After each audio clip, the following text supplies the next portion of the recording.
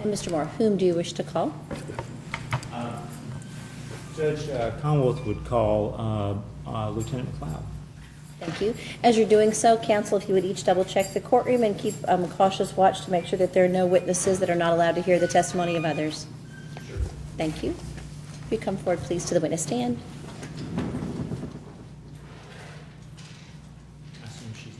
And would you raise your right hand? Do you swear or affirm any testimony you may give will be the truth, the whole truth, and nothing but the truth? Yes, Your Honor. Thank you. You may be seated. Would you answer first, please, the questions of Mr. Moore, and then any that Mr. Forman may have? Yes.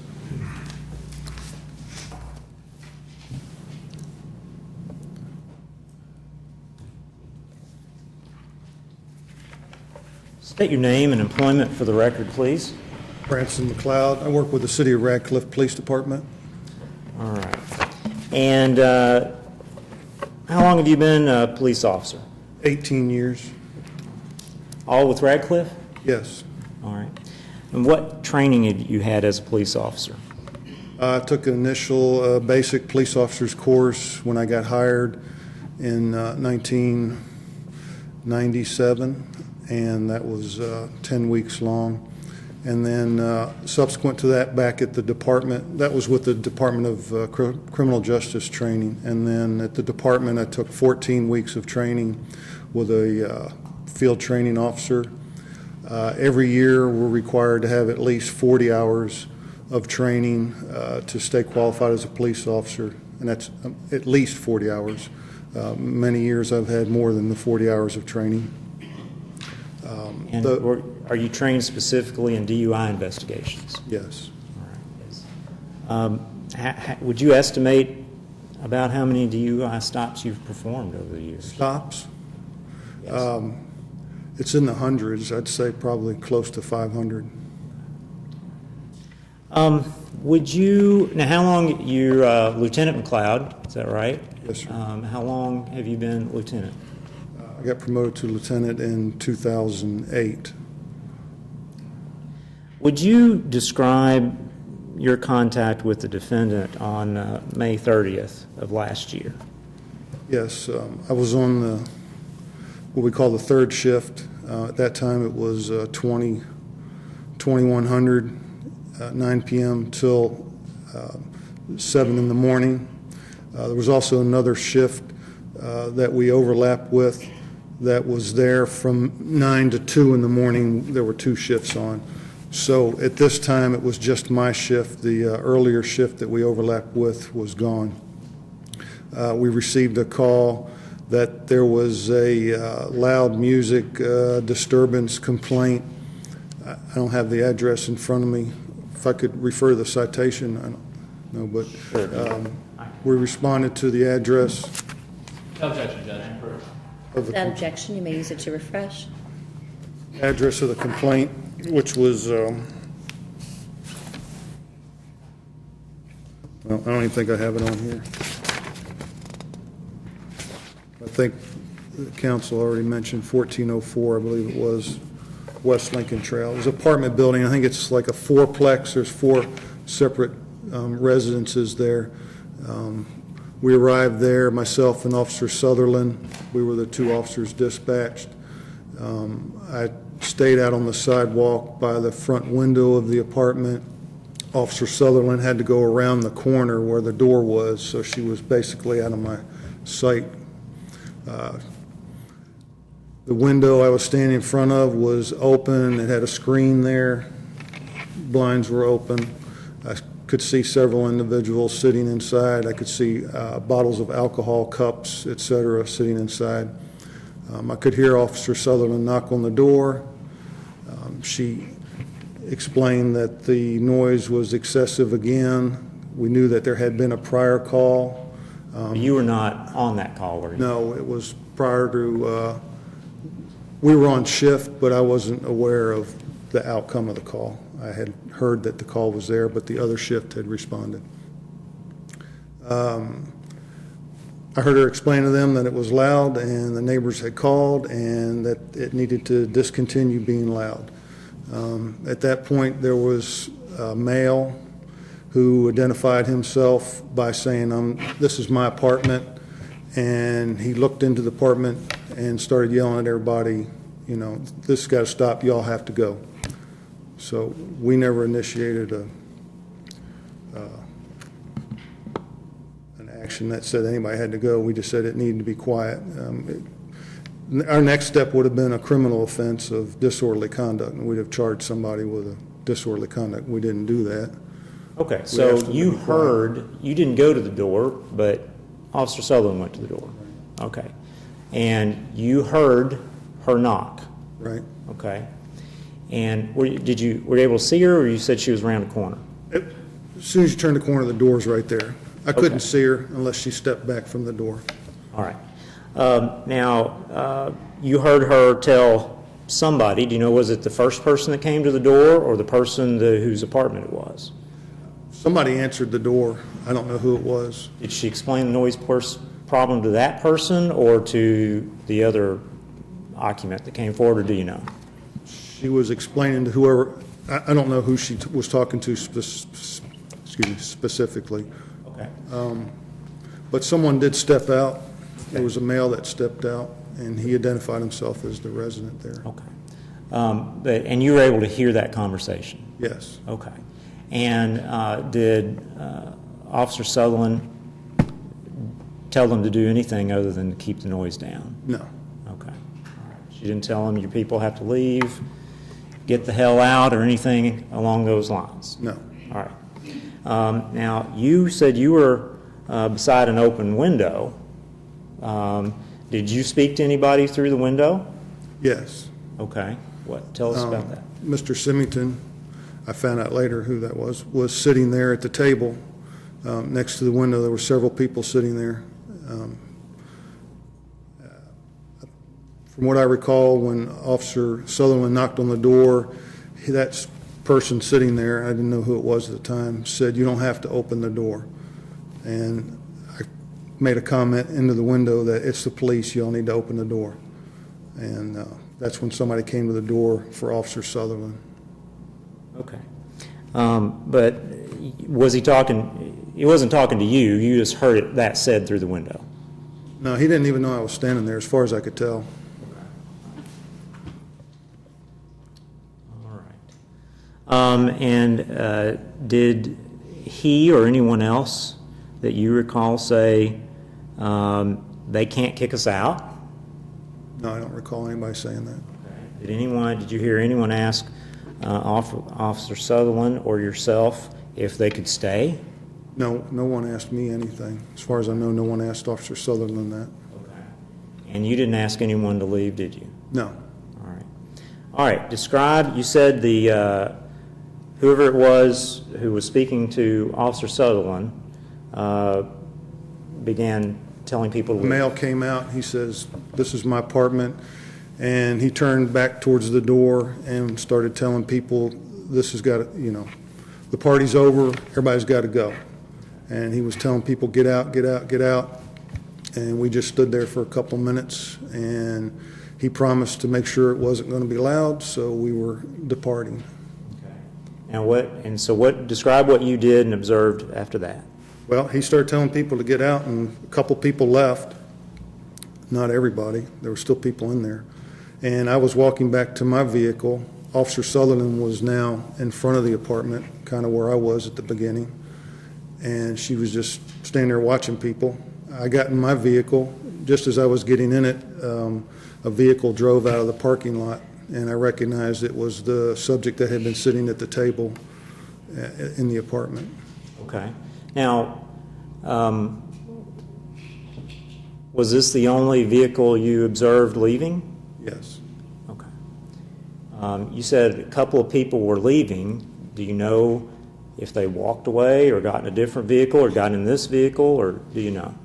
Well, I was parked, there's like a driveway at this apartment building, and then it goes back behind the building, and there's a parking lot.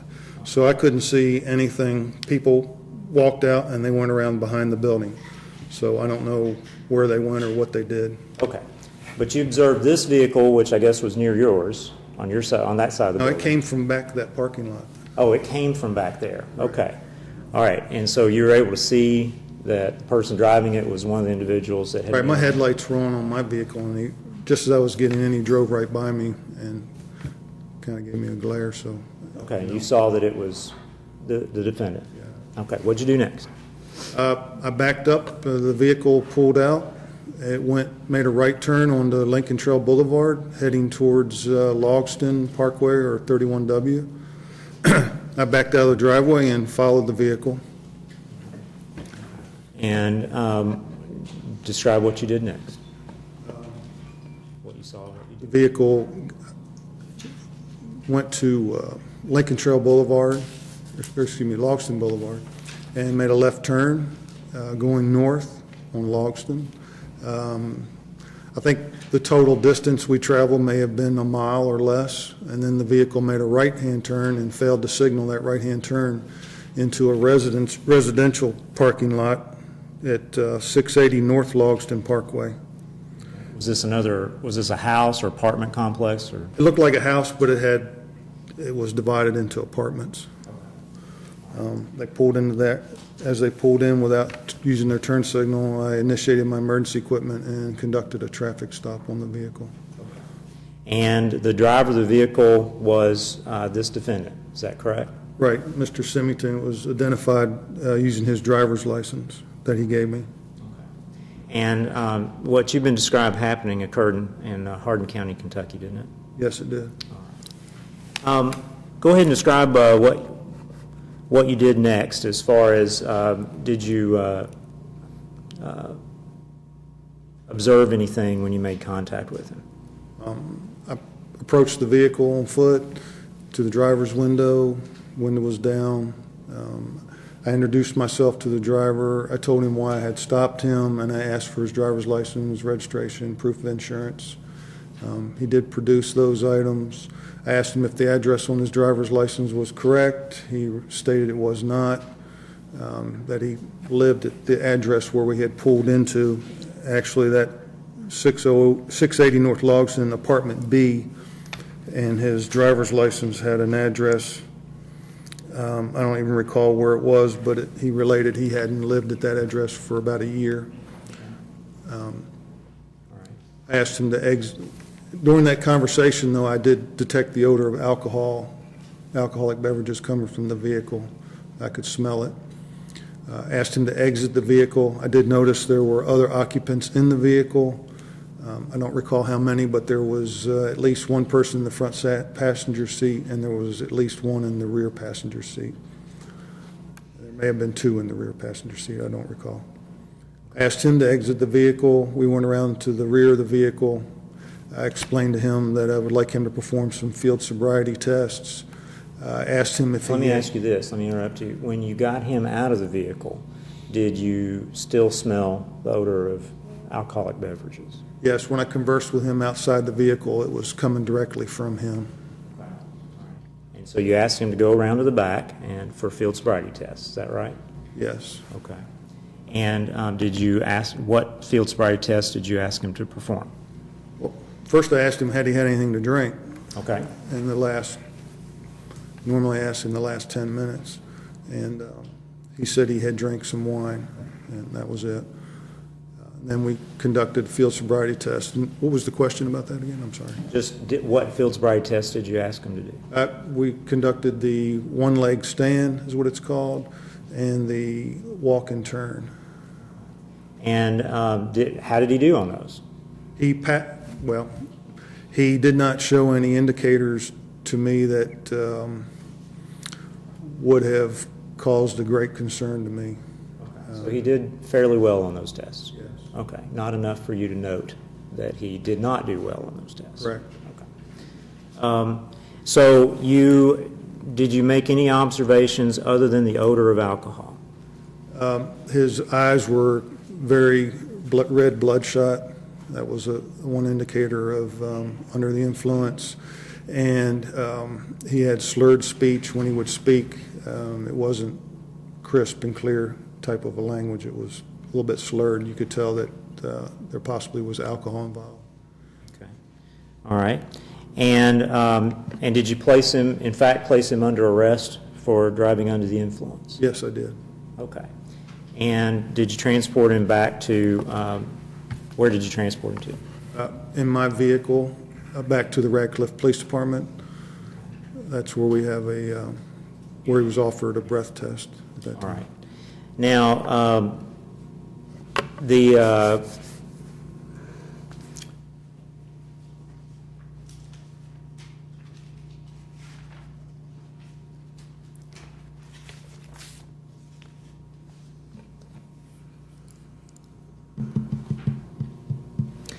did you perform the intoxilizer test?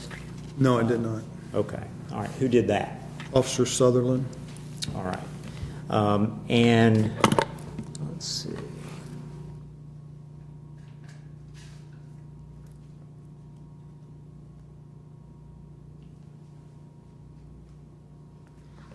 Did you note a time of observation that was begun by Officer Sutherland?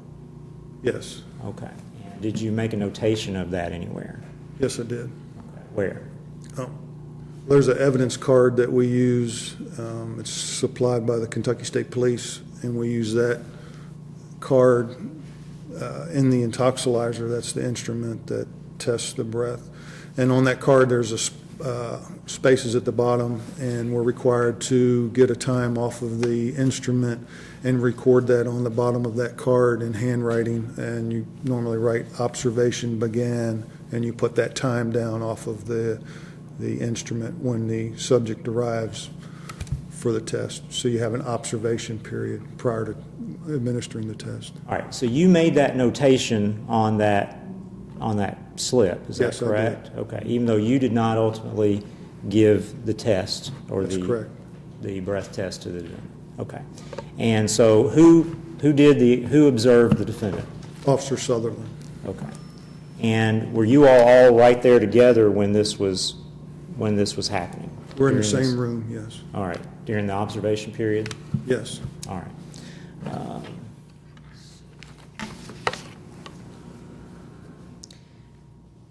Now, were you there in the same area to where you know whether or not Officer Sutherland read the implied consent to the defendant?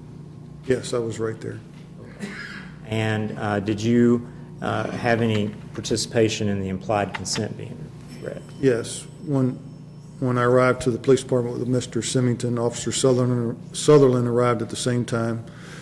I went in, grabbed the evidence card, put the observation time on that, gave her that card, and I pulled out what's called an implied consent form, and I wrote Mr. Symington's name at the top of it in the block that says name, and I gave that to Officer Sutherland, and she conducted the test from that point on.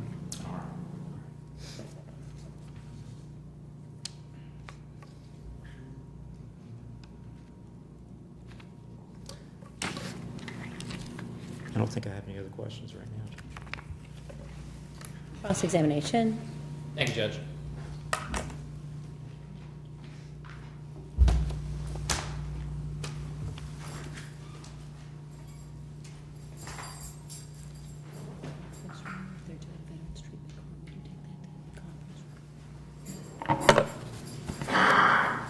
Could you move the podium a little bit closer, bailiff? Yep. Deputy Runyon, I'm sorry. can you assist with the podium? Sorry, I've sent her on an errand. That's okay. Closer to the middle, if you would, please.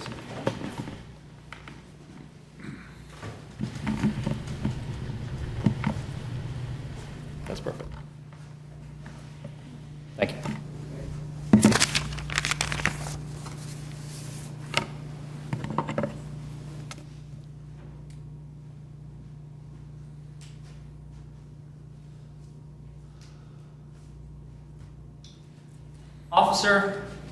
Lieutenant, my apologies. Lieutenant, do you agree that the main function of the police is to prevent law violations? No, No. It's not to prevent law violations. not the main purpose. Is it one of the main functions? Yes. Okay. Do you also agree that an officer or a lieutenant or a commander must follow their instructions and their standards of procedure? Yes. Would you also agree with me that you were trained at some point that if you see someone that is violating the law, you are to stop them and conduct an investigation. Well, you're given the tools to see that. I mean, it's officer's discretion usually, what their main purpose at that point might be.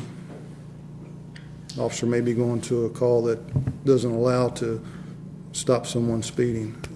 You got to look at what's more important, maybe. But if you see a violation being committed in front of you, would you take action or would you ignore it? If at all possible, I would take action, yes. Thank you.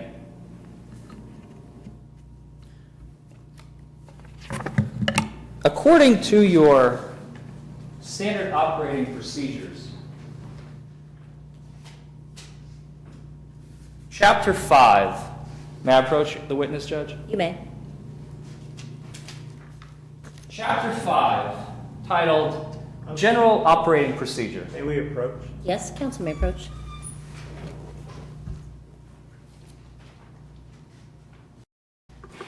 There's been no foundation laid for this, Judge.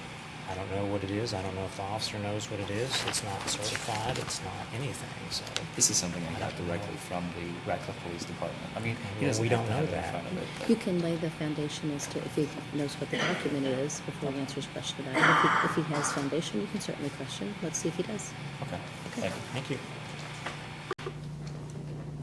Lieutenant, are you familiar that the Radcliff Police Department has standards of operating procedure? Yes. Have you ever seen them? I've seen some of them, yes. Have you ever read them? Most of them. Are you familiar with Chapter 5 of the Standard Operating Procedures for the Radcliff Police Department? I'm reading over it now. I'm not really sure that I specifically read this or not, but I'm sure I have. If you If could, this is ours, I don't know. Doesn't say where it came from. if you could turn to the second Judge, page. may we approach? The counsel could approach. Judge, I don't think we've established that he can identify this document. The officer can't just take defense counsel's word for it. He's got to recognize it and be familiar with it in order to testify about it.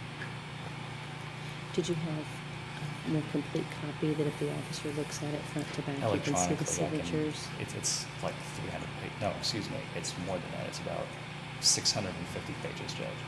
I have it all electronic from Captain Willie Wells at the Radcliff Police Department. Let me take a short recess. I'm going to check on my Veterans Treatment Court. The officer says that he doesn't know that if this is his or not, but that way, if I'll use it. But this is just the general, I'm not looking for the officer to have read the entire book. But he Of doesn't the have to. Individual He can't pages are even not question marked. about it. We don't know what this is from. He doesn't can't- know he what So says if I it- take it away from him and just have him testify on it, would that suffice If for the court? he knows an operating procedure, sure, but at this point, he can't acknowledge the document, so he can't ask questions about a document. I will simply ask him generally then, and if he does not know, then He we'll doesn't move know. on. Okay. If he's aware, if That's he's fine, trained as on long as he's not procedures, sure. being asked to testify on a document. He says, I don't know if this Right. is it or not. Absolutely. Thank you. Thank you, Judge. So I'll let you take that from the witness then. Thank you. Lieutenant, if I may. Thank you.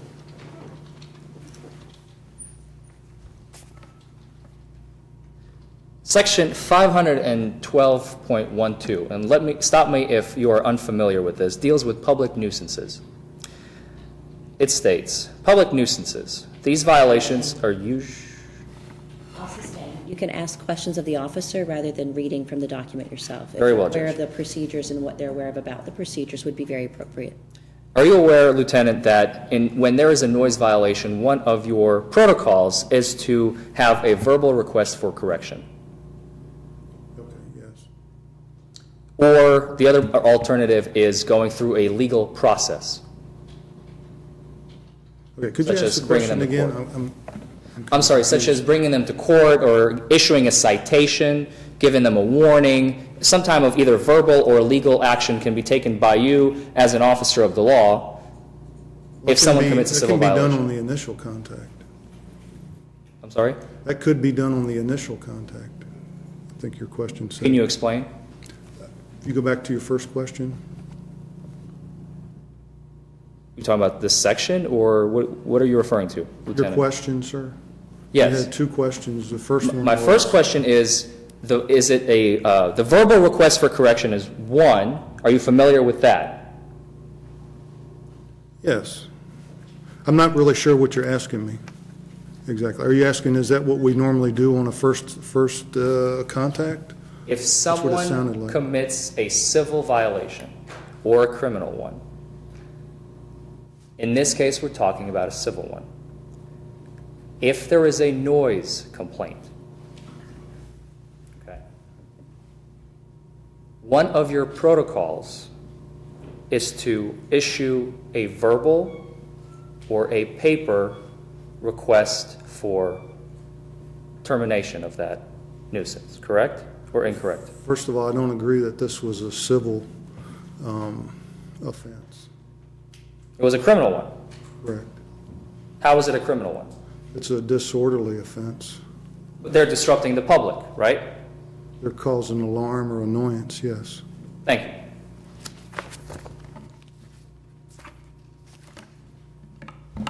You were radioed by dispatch to come to 1204 West Lincoln Trail Boulevard. Yes, sir. And as you've already stated, you were not on the first, this was the second time that somebody was called to that address. There was also a first one. Yes or no? Yes, correct. You were on the second call, Yes. and you were aware that this was the second call. I may not have been initially when I got out there, but I learned that when we arrived. I'm not sure exactly when I was aware of that.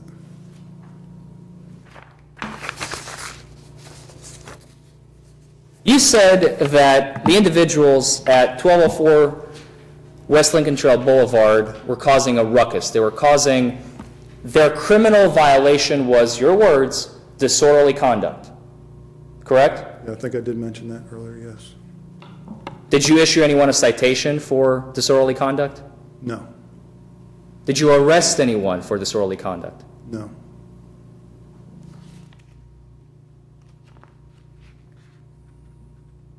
You testified that when you arrived, you saw Mr. Symington through the window sitting at a table. Yes, I did say that. And you heard him, this is your testimony now, you heard him say, "Don't open the door. We don't have to open the door." Is that right? Isn't that what you just testified to a moment ago? Well, not exactly like you said. I said, you don't have to open the door. You don't have to open the door. It's the police, you don't have to open the door. We got this, right? You don't have to open the door. You never heard, "They can't kick us out." That never came out of Mr. Symington's mouth. I did not hear that, no. You never said, "Oh, yes, we can," No, to that, responding to that comment. no. You were standing outside the house, or were you at your SUV when you saw Mr. Symington exit the door? I don't think we made that very clear. Well, I'm not real sure. I think I was standing outside the house. I wasn't in my vehicle yet. You were not in your vehicle yet, but were you walking towards it? Where was your I physical? was still standing out front. I was on the sidewalk. The window was like right up to the sidewalk. I don't even recall that he passed by me. I mean, I just know I saw a vehicle leaving. And You did not hear him say any statements, make any statements, or say anything to anyone. That's your testimony here I did today. not hear him make any statements.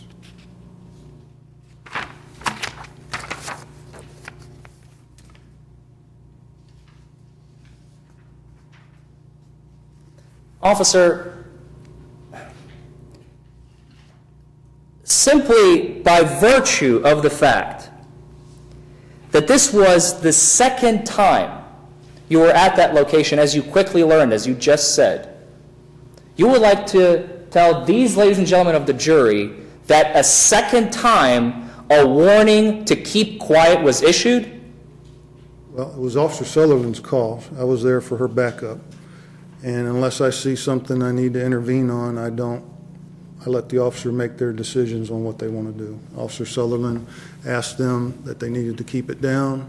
This was the second time or not her, but the second time the police had been out there. And the resident came out and agreed that that's what he was going to do, and he started telling people to leave. And he started saying, "Get out, get out, get out." Words to that effect, yes. When you saw Mr. Symington get in his car, or you, according to, I believe you said you did not see it specifically, but you saw his car leave, you followed it. I saw a car leave, and I saw him driving it. You saw Mr. Symington behind the wheel of a car, Yes, and you followed it. yes. Thank you. You radioed to dispatch, quote, "I'm going to follow this Mustang. It was the one that appeared to be," I'm not sure what this means, 2301 driving it. What does code 2301 mean? Drunk.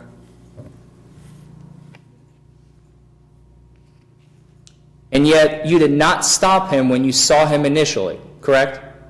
No.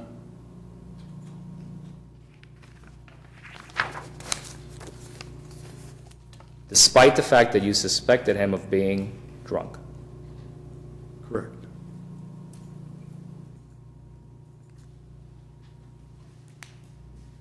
Aside from the signal violation, just briefly, you did not see any other bad driving? No, I did not. He completed all field sobriety tests with no clues, All that I requested, yes. all indicative of a sober person. He did the field sobriety test correctly, but I still believed he was not sober. No further questions. Any redirect? What time did you observe the defendant operating a motor vehicle, or the last time you observed him operating a motor vehicle? I mean, between the time they left the apartment to the time I You pulled him stopped over. him? The time you pulled him over, what time is that? 3:03 in the morning.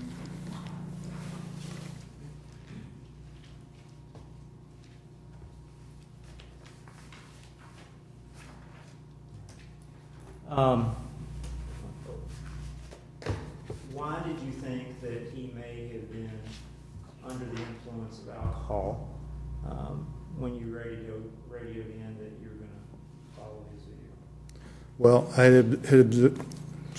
I had observed alcohol on the table where he was sitting in cups. And then the comment that he made, you don't have to let him in, was kind of odd. But you didn't have any direct contact with him, did you? No, not at that time, I didn't. And you said you didn't see, when he left the apartment, you knew a couple of people left the apartment. Is that right? Right, there were several people that left. Okay.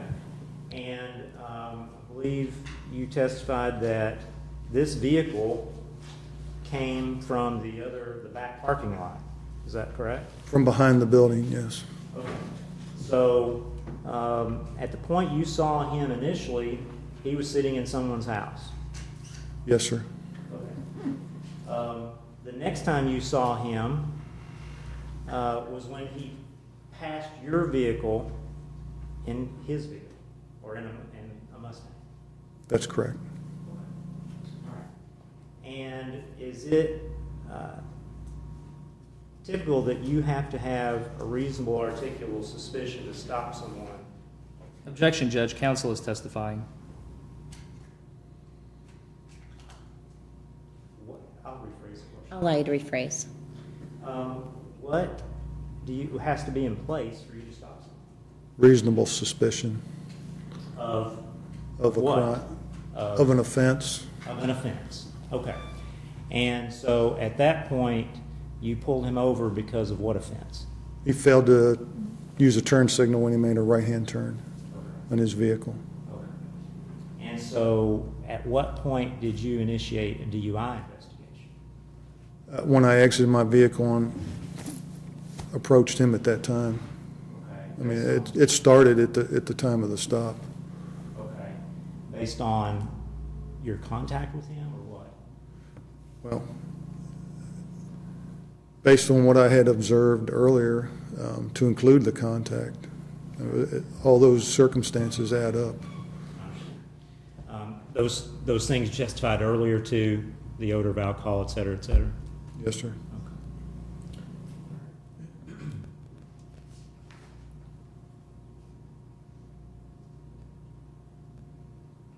Nothing else in this witness? Do those questions raise others? No, Judge. Thank you, sir. You may step down, be seated with counsel. Counsel, I'm going to take about a 10-minute recess for my convenience. We're doing some treatment court staffing.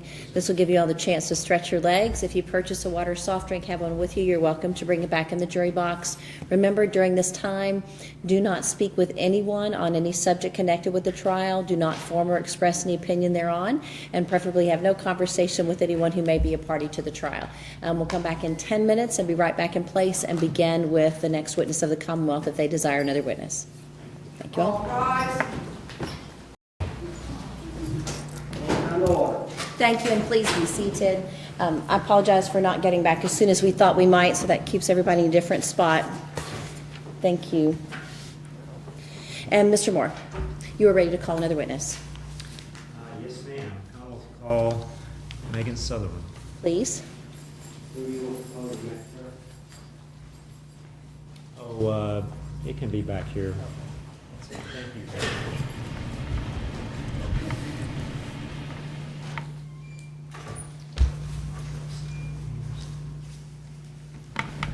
Not too far back. If you come forward, please, to the witness stand. And would you raise your right hand, please? Do you swear or affirm any testimony you may give will be the truth, the whole truth, and nothing but the truth? Thank you. Please be seated. If you'd answer first the questions of Mr. Moore and then any that Mr. Forman may have. State your name and your employment for the record, please. I'm Officer Megan Sutherland with Radcliff Police Department. And how long have you been a police officer with Radcliff Police Department? A little over a year. All right. Do you have any other police experience? Yes, I was an MP for 9 years in the Army. All right. And 3 years of that I was a military police investigator. Okay. And so you've had training as a police officer, right? Yes. What training have you had? DOCJT, and then my in-service this year was interviewing and interrogations. Okay. DOCJT, is that the state of Kentucky's police training component? All right. And have you, would you estimate how many DUI stops or investigations you've been a part of since being with Radcliff Police? Approximately 25. Okay, just over the past year or so that Yes. you've been, all right. Now, did you have specialized training in DUI investigations? No, No. no, Okay. just what they have at the DOC. At the academy, though? Yes, just the all right. 2 weeks of DUI training. Gotcha. That's what I was referring to. All right. Now, can you explain to the jurors how you came to have contact with the defendant, David Symington, on the evening or the morning of May 30th, 2015? On May 30th, I had responded to a call on Lincoln Trail Boulevard. It was a noise complaint from a neighbor. Went to the residence, met with the actual resident that lived there. There was several people there. Spoke with him about the noise complaint, and several people left the party. I went and backed up my lieutenant on a traffic stop, which turned out to be with the defendant shortly after, and proceeded to finish the arrest and go back to the station for processing. Okay, let me back you up to when you came to the address on the noise complaint. Describe, you said you spoke to someone there? Yes. How did you approach that individual? How did you have contact with them? I went to the front door, knocked on the door, announced myself, Radcliff Police Department. I'm not sure who answered the door, but I asked for the resident, the actual person that lived there. He came to the door. I was trying to talk to him, couldn't have a conversation because it was so loud. So we actually stepped into the hallway. He had pulled the door up behind him, and I explained to him the process. When you say hallway, was this an exterior area or an Yes, interior area? Hallway of the building. Okay. You're outside. Outside of the apartment, but Okay. it's inside the building in the hallway. Gotcha. the Okay. breezeway. All right. And so someone stepped out.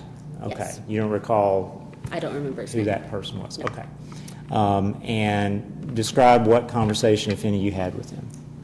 Explained to him why we were there, that we had received another noise complaint for his residence. It was the first time I went to his house, but there had been an earlier call. And I explained that he could be cited for a city noise ordinance violation because he was disturbing his neighbors. And he said, oh, I don't want any part of that. So he went back inside to his residence and told all his friends and the partygoers that they needed to go. Now, did you tell anybody to leave? Did you tell him that if he doesn't make people leave, you're going to cite him with a noise violation? Okay. What did you tell him as far as what he should or shouldn't do? Oh, I told him to turn the music down. He needed to have his friends quiet down. They needed to just get it under control because it was very loud. Okay.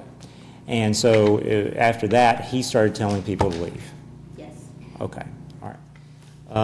And do you recall this defendant at that point at all? Having contact with him or words with him or anything? I remember his face when he walked out, like he walked past me, but I don't, I didn't talk speak to him? No. Okay, all right. Let's see. Did he talk to you or ask you anything? Not that I recall, no. Okay. No, there were several people that all walked out at once, and none of them had anything to say to me. I think I may have gotten some head nods, but nobody spoke to me. Okay,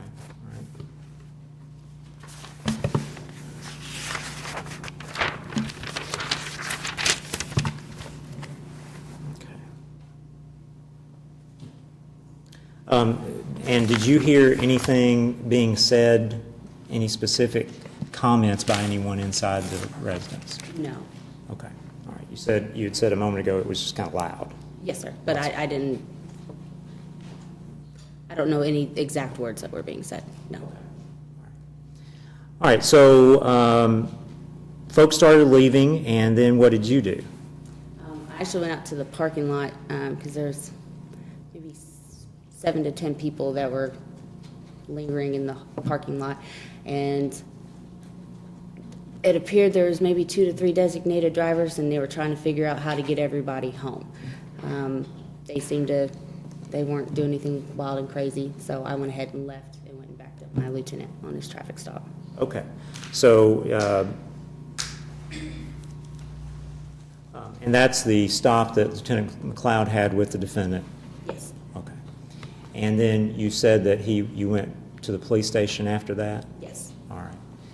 And what did you do when you got to the police station? I think he was checked for, we took all of his property, patted him down, stuff like that. But I did the implied consent, read it to him, and began my 20-minute observation period. Okay, let me ask you about that. So the defendant, was he asked to submit to a breath test? Yes. All right. And what's the machine called that you used? The Intoxilizer 5000 EN. And are you trained and certified to operate the Intoxilizer 5000 EN? Yes. All right. And now you said that you began a 20-minute observation period. Can you explain where everybody was and what you were doing when that was going on? We have what we call the patrol room. It has all our counter, all our paperwork, computers, and everything.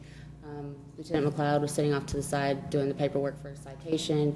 I was standing to the left of the counter watching the defendant for 20 minutes. I just make sure he doesn't eat anything, drink anything, can't go to the bathroom at that time. I pretty much stare at him for 20 minutes. May I approach the You may. Objection, Judge. Can you identify that document? Yes, this is the printout of the breath test, the All results. right. And is the beginning of the observation time recorded on that slip? Yes. Okay. Now, did you record that time? My lieutenant wrote it down. Okay, Lieutenant McLeod wrote that down? Yes. All right. And is that, in fact, the time that you began observing the defendant? Okay. And did you observe him by present sense impression for at least 20 minutes? Yes. Okay. And let's see. Now, you said that you read him the implied consent form. Yes. Is that correct? Now, did you do that before, during, or after the 20-minute observation period? Before. Okay. So now, is there a sheet that you read? Yes. All right. And approach the witness. No objection. You may. Can you identify that document for us? Yes. It is the implied consent warning. All right. Is that, in fact, the one that you read to the defendant? Yes, it is. Okay. And just real briefly, what is the implied consent warning? I'm required to read it to them so that they know what their rights are before they agree to any test. Okay. All right. Thank you. And is that in fact, the original one that you read, and there's notations, signatures, initials Yes, by sir. the defendant and the witness at that time? Yes, sir. All right.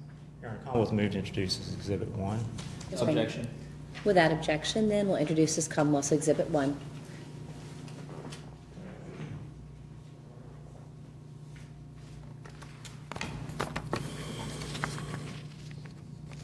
Now, I believe you already testified that on May 30th of 2015, you were trained and certified in the operation of that instrument. Is that correct? Yes, sir. All right. And was the test performed in accordance with standard operating procedures and the manufacturer's instructions? Yes. All right. And let's see, during the 20-minute observation period that you described, did the defendant introduce anything into his mouth or nasal passages that you observed? No, sir. Okay. You didn't see him regurgitate or anything like that? No, sir. All right. And was the intoxilizer properly checked and maintained and calibrated at the time that you administered the test to the defendant? Yes, sir. All right. Your Honor, at this time, I'd move to introduce the intoxilizer maintenance records, No objection. April, May, and I think early July. Without objection, they'll be collectively entered then as Commonwealth's Exhibit 2. And Judge, those are originals. We'll have copies to substitute at the end of the proceedings.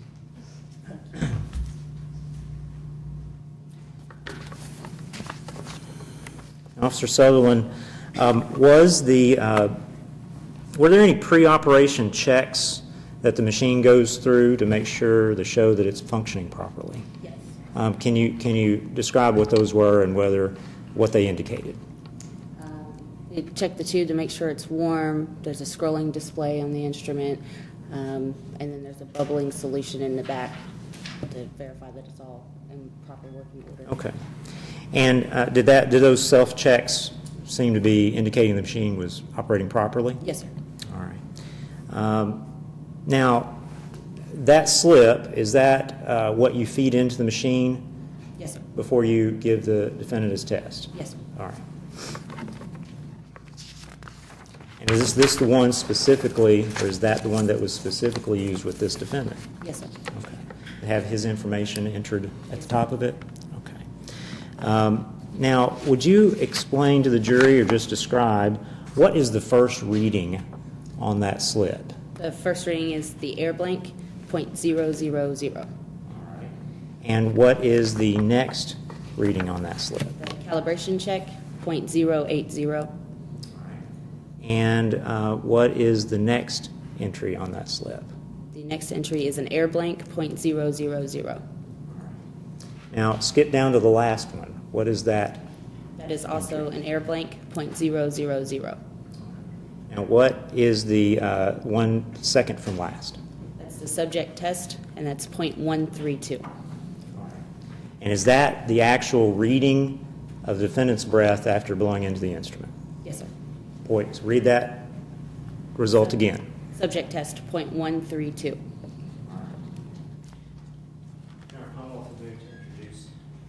No objection. Without objection, Exhibit 3.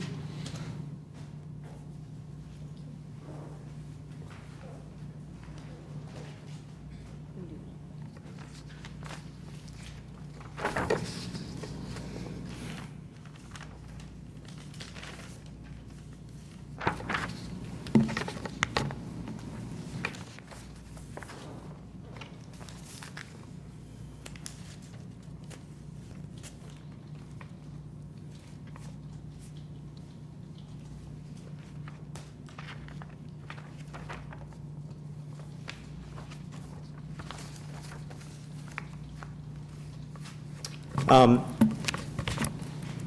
have to get that slip back from you, but what was the time of the subject test? 03:43. 3:43 a.m. 3:43 a.m. All right, and was that within 2 hours of the time that the defendant ceased operation of the motor vehicle? Yes, it was approximately 40 minutes after. Thank you. Other questions at this? Mr. Foreman? Thank you, Judge.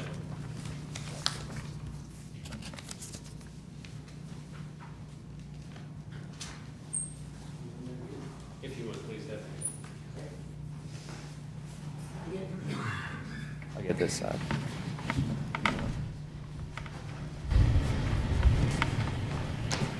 Thank you.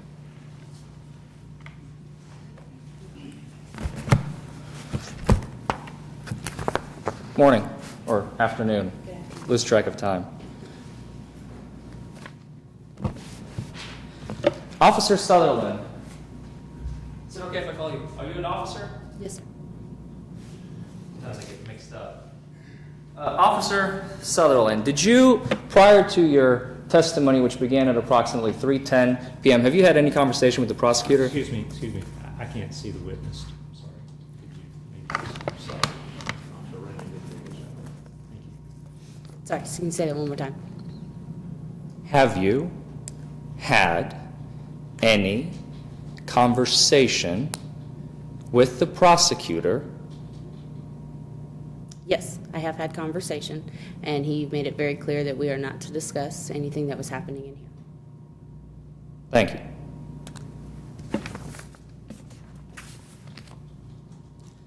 You responded to a call from dispatch, correct? Correct.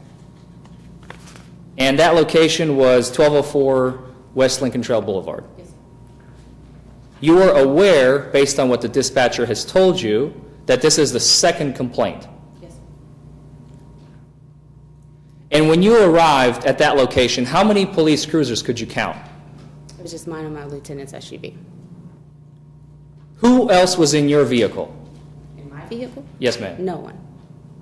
Was there anyone else in Lieutenant McLeod's vehicle that you have seen? No, sir. So it was just you two, nobody else. I don't recall any other officers.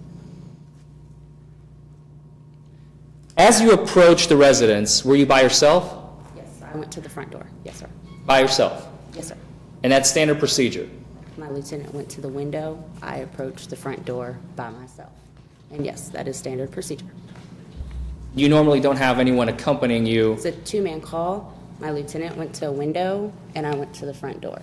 So two-man call, he went to one window, I went to the front door. And when you arrived, you testified that somebody came out. Yes. And they said that they're the resident who lives at that location. Yes, sir. And you said to them, what? I'm sorry. I don't think you actually said that. What was I the don't- conversation like?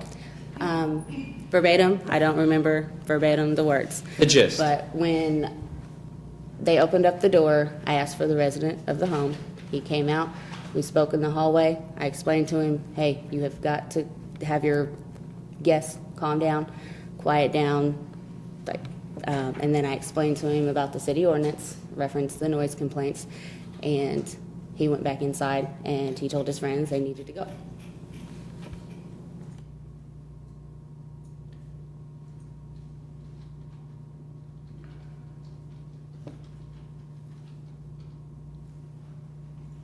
After you have spoken with this individual, do you remember their name? No, sir, I don't.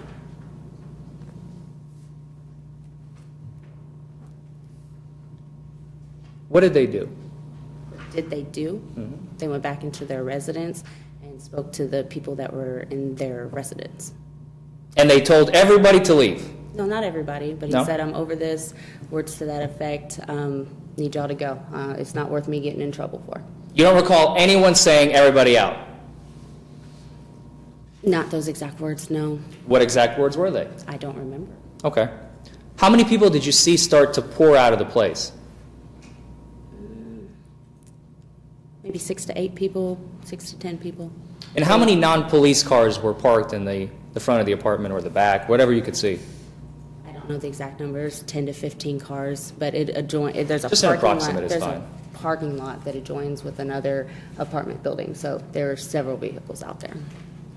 You said that on direct examination, you don't exactly remember seeing Mr. Symington at that time, correct? Correct, sir. So you only learn later what he looks like.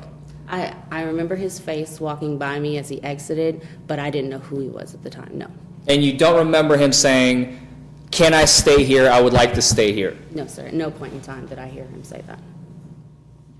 What would you have done if people were outside and they were not leaving, they were not going anywhere? Would you arrest them? Would you issue them citations? What would you have done? Objection. And if counsel could approach.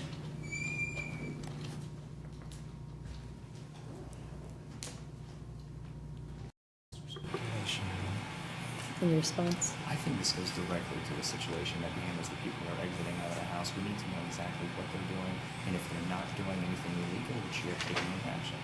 I think he can ask whether she did, what they were doing, and whether she did, but to speculate on what she may have done in a particular circumstances is improper. I'll sustain the objection of speculation. Thank you. Thank you. Had any of them been rowdy, would you have arrested them? If they had been rowdy, Rowdy. Objection. Same objection. Still sustained. You may rephrase the question that would not involve speculation.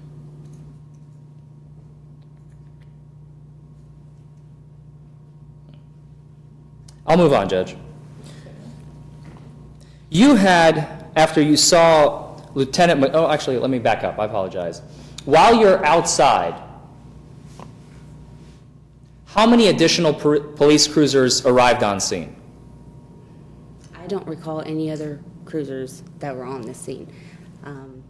I've looked at our dispatch calls for service logs. I didn't see anybody else call out there, and we have a very strict policy. If your boots hit the ground, radio better know where you're at. And I don't recall anybody else calling out there. I don't remember seeing any other vehicles in the area. So it is your testimony to these, ladies and gentlemen of the jury, today, that there were only 2 police cruisers at 1204 West Lincoln Trail Boulevard at 3 o'clock in the morning. Yes, that is my testimony. Thank you. I do not recall any other vehicles out there. Next, I would like to discuss very briefly, you have followed Lieutenant McLeod's SUV as he was leaving, correct? No. You were not at the scene where the field sobriety tests were conducted by Mr. Symington. I showed up after. It was, I don't know the exact time, but I stayed behind while he left, and I had heard his location on the radio, so shortly after he had began his traffic stop, I had headed in his direction. Did you talk to anyone on scene? On scene. I think there were some passengers, but I don't remember what our conversation was. You don't recall ever saying to one individual, "This is bullshit," pardon my language, "he should fight this," meaning he, Mr. Symington? No, at no point in time did I say that. That's all the questions I have, Judge. And Mr. Moore. I don't believe I have anything to add to that, Judge. Thank you, ma'am. May the witness be finally excused, or does she need to remain available for potential rebuttal? I'd ask that she remain available. Okay. What that means is that we need to keep you in the courthouse, but you must continue to remain outside the hearing of other testimony and not discuss your testimony or any others in case you might be called later in the day. Thank you. And Mr. Moore, other witnesses? No witnesses for comment. At the close of the Commonwealth's case? Okay. And Mr. Forman? I believe we need to excuse the jury. Certainly. Ladies and gentlemen of the jury, we have a few moments that we need to take to do some motions between counsel. So if you would, please remain outside in the lobby area until the bailiff calls you back in, and we'll be back with you very shortly. Thank you. Ms. Vicky, would you give me 2 copies? If Amy's not there, would you just run 2? Thanks. No staples or anything, just straight through.